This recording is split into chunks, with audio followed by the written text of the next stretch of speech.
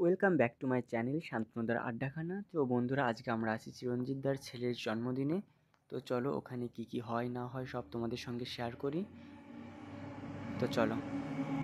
তো বন্ধুরা, আমরা প্রথমেই ঢুকে গেলাম স্টার্টার কাউন্টারে। তো দেখা যাক কি কি হয়, কি কি খায় না খায়, কি কি আছে। তো বন্ধুরা, প্রথমেই গেটের সামনে আইসক্রিমের স্টল বসেছে। এদিকে বন্ধুরা অনেক ধরনের ফুচকার স্টল বসেছিল, মাটির ভাঁড়ের চা ছিল, কফি ছিল, অন্যান্য প্রচুর খাবার ছিল। এদিকে শিক কাবাব ছিল, বহু কিছু ছিল বন্ধুরা। কিন্তু কি বলবো, মাঝখান থেকে আমার ভাগ্নিটা খুব কান্নাকাটি শুরু করে দিয়েছিল। এর জন্য আমরা কিছু ঠিকঠাক করে খেতে পাইনি, দেখতে পাইনি। মেন কোর্সে কী কী ছিল আমি তো কিছুই দেখাতে পাইনি, জানেন না।